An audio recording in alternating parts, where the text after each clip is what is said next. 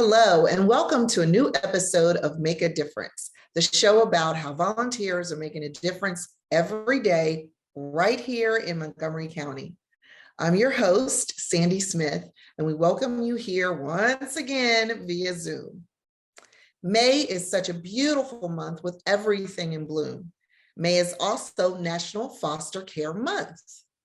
Today, we are so fortunate to have with us Rob Scheer, founder of Comfort Cases. Welcome, Rob. It's wonderful to have you here today. Oh, Sandy, thank you so much. And I do agree with you. May is an unbelievable month for being National Foster Care Awareness Month. But I remind people all the time that every single month we should be thinking about children in foster care. And that's what we do at Comfort Cases. Great. Well, okay, let's jump right into it, Rob. Why don't you explain to us how Comfort Cases came to be and your mission? Wow. My story isn't like most people. I actually grew up in the system. At the age of 12, I was handed a trash bag, and my life started in foster care. And at the age of 18, I aged out, and I was a senior in high school, and I literally became homeless. And I lived on the streets my entire senior year with my trash bag. And I knew at that moment in my life that I was not going to allow that trash bag to define me. So I graduated from high school, I joined the United States Navy, and I became a very, very successful businessman. And I never looked back until four of the most amazing humans arrived in my home 13 years ago, and those were my children. And all four of them arrived from foster care. But the shocking thing, Sandy, is each one of them were carrying a trash bag. I just couldn't believe it. I couldn't believe that we live in a country that cares so much, a country that says that children are our vital resource, and we allow children to carry a trash bag. So as I was sitting in my office in Montgomery County, I decided that it was time to make a change. And I knew that I lived in a county that once you told the story and people heard of an issue, they would come together and they would help solve it. Well, that's what they did 10 years ago. 10 years ago, we gathered members of our church, some local politicians, some of my senior staff, and I told them the story about the young boy who carried a trash bag and about the four kids who arrived at my home carrying a trash bag. And we decided to put a case together. We wanted to make sure that every kid got their own brand new pair of pajamas, that they all got their own toiletry set. Each child got an activity, they got a book, a blanket, and a stuffy. And with that, we packed a comfort case. A one after another after another. And Sandy, I have to tell you, in the last 10 years, we are a 96% volunteer ran charity located in Rockville, Maryland. And we have taken this organization, not just in the Montgomery County, but we are now international. We actually deliver cases to every single state, DC and Puerto Rico, and we actually have a center in the United Kingdom, and we have delivered over 170,000 comfort cases in the 10 years right here in Montgomery County. Wow, that's fantastic and unbelievable. I'd like to go back to what you were saying. People don't think it sounds like something that's so obvious, I guess, in one sense, but you don't really think about belongings that, when you see homeless people on the street, that they are very protective over the few belongings that they have, but you don't really think about the children that are moving from one place to another, and pretty much everything they own, like you said, can fit in a garbage bag. So I think that is just such a great idea. And I noticed that on your website, you mentioned that it seems to bring a sense of dignity back to the children. Tell me a little bit about that. It truly does. Not only does it bring dignity, but it brings hope. And for us, that's exactly what I wanted to do. Was I wanted to inspire our communities. And something we must understand, Sandy, and I think we have forgotten this as the human race, is that we have to realize that your community, it is not your zip code. I live in a beautiful little town of Darnestown, Maryland, and my zip code is 20878. But I must Mhm. remind myself that that is not my community. My Right. community is my human race. So what affects me in Darnestown affects people in Rockville and affects people in Germantown and Gaithersburg and Austin, Texas. And that's something that I want to make sure that children understand. I was fortunate enough that I traveled the country when we hand cases out, and a young boy opened up one of his case and he started to cry. And I will never forget sitting on the floor and asking him why he was crying. And he said, Mr. Rob, he says, I've been in foster care for 3 years. He says, I've been in 11 homes. He says, why would somebody give me all of these new items? He said, what do you, Wow. he said, why would they give me all these new items? And I said, like I tell you and your listeners, you don't have to know somebody to love someone. You Yeah. truly don't.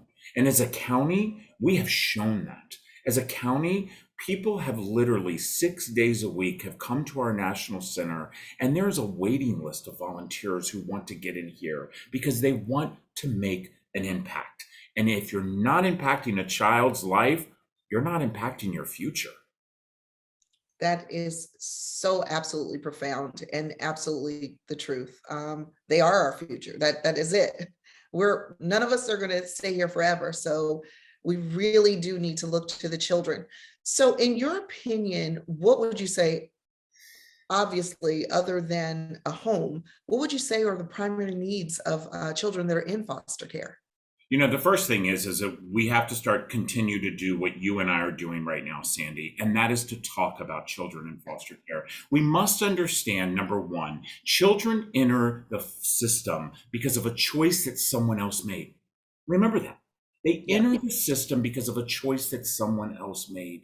And at the end of the day, these kids are kids. We have to first change our vocabulary. No longer do we call them foster children. These are called children who are experiencing foster care. Because let me tell you what I found out in the last 10 years with our organization. When you say foster kid, you automatically think trouble, bad, something's got them to put in this place. But when Right. I say a child, your heart warms, your heart Right. smiles, you think, because that's what we have to realize. So what we must do, and by the way, we're here in Montgomery County, the richest county in our state, one of the top 10 in the country, and I am here to tell you that we have over 400 children who are in the system in Montgomery County, and their needs are not being met.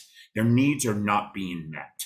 And so the things that we must do is, number one, we need to start financially setting these children up for success. Mhm. I always Mhm. tell people, if you're able to give a foster parent a stipend, why can't you take some money and put it in an interest bearing savings account for these kids? So when they Great do point. age out, they have a net. The second thing we Absolutely. must do, we must open up our education pathways. Not every child's meant to go to college, but every child is meant to be mentored on how to be a successful adult. Those two Yeah. small things could change our entire system. Right. Agreed. Agreed. I think that one of the things that I think that the school systems are lacking is even just teaching life skills to young adults. I mean, if you're not going to college, or even if you do go to college, I mean, there's so many kids that when they go to college, they get so deep in debt because they don't know what they're doing. You're bombarded with these credit card opportunities, but you don't know how to pay them. So I agree. I think that is a must in our community. I want to get back to But comfort real quick, cases. Sadie, Okay, sure. I want to add in on that because you hit a nail on the head. Okay, so I got to tell you, last night, my 13-year-old son is telling me about this algebra class that he's taking, and my Mhm. 21-year-old son happened to open up the mail and he had a credit card application, and he said, "Pops, look at this! I got a credit card." And I turned it over and I said, "Buddy, look at this! It's 26% interest that you Right. pay when you use it." He's like, "What is that? What does that mean?" And I thought to myself, and my 13-year-old says, "Dad, it's a credit card. You get to use it." And what you just said is exactly right. We do not teach our children, what it is to be financially responsible. And that's a Yes. huge thing. You and I as parents, we know that's big. Yes. Huge. Huge. I mean, I went to school with so many kids that, you get these credit cards and it's $1,000, $1,000 credit limit. Well, that sounds great until you never can pay it off because, Right. like you said, the interest rate is 20%. I mean, and you're paying the minimum amount because you don't have any money. You're in college. So yeah, agreed. So Rob, what is it that people can do? What are you looking for with comfort cases? So, Sandy, the thing that really surprises me is most people think when you hear a nonprofit, I immediately want you to write a check. And I'm not going to say that checks aren't great and help us for shipping, but there are other things that you can do. So here, this is the first thing. I truly do believe as an author that there is no such thing as a used book. It's only a book that's been loved. See, I wrote my book for two reasons. One, love it in your mind. Two, love it in your heart. But the most flattering thing you can do for a book is pass it on. See, we need books. We put books in our cases from birth up to the age of 19. Right now, we are in desperate need of chapter books. So listen up, families. You know that you have books that are sitting on your child's bookshelf that they Absolutely. have read and they have read, and you're just sitting there. Please bring them to comfort cases. We could use them. Now, let me tell you something else that you can do that's really easy. For some reason, as Americans and as humans, we travel quite a bit. But when we travel, we go to hotels. And when we go to hotels, we feel the need to take the shampoo, the lotions, the conditioner, and the bar soap. We put them in our luggage, we bring them home, and we stick them in a drawer, thinking Right. that one day we're going to use them. Well, guess what? We don't. But guess what? We could.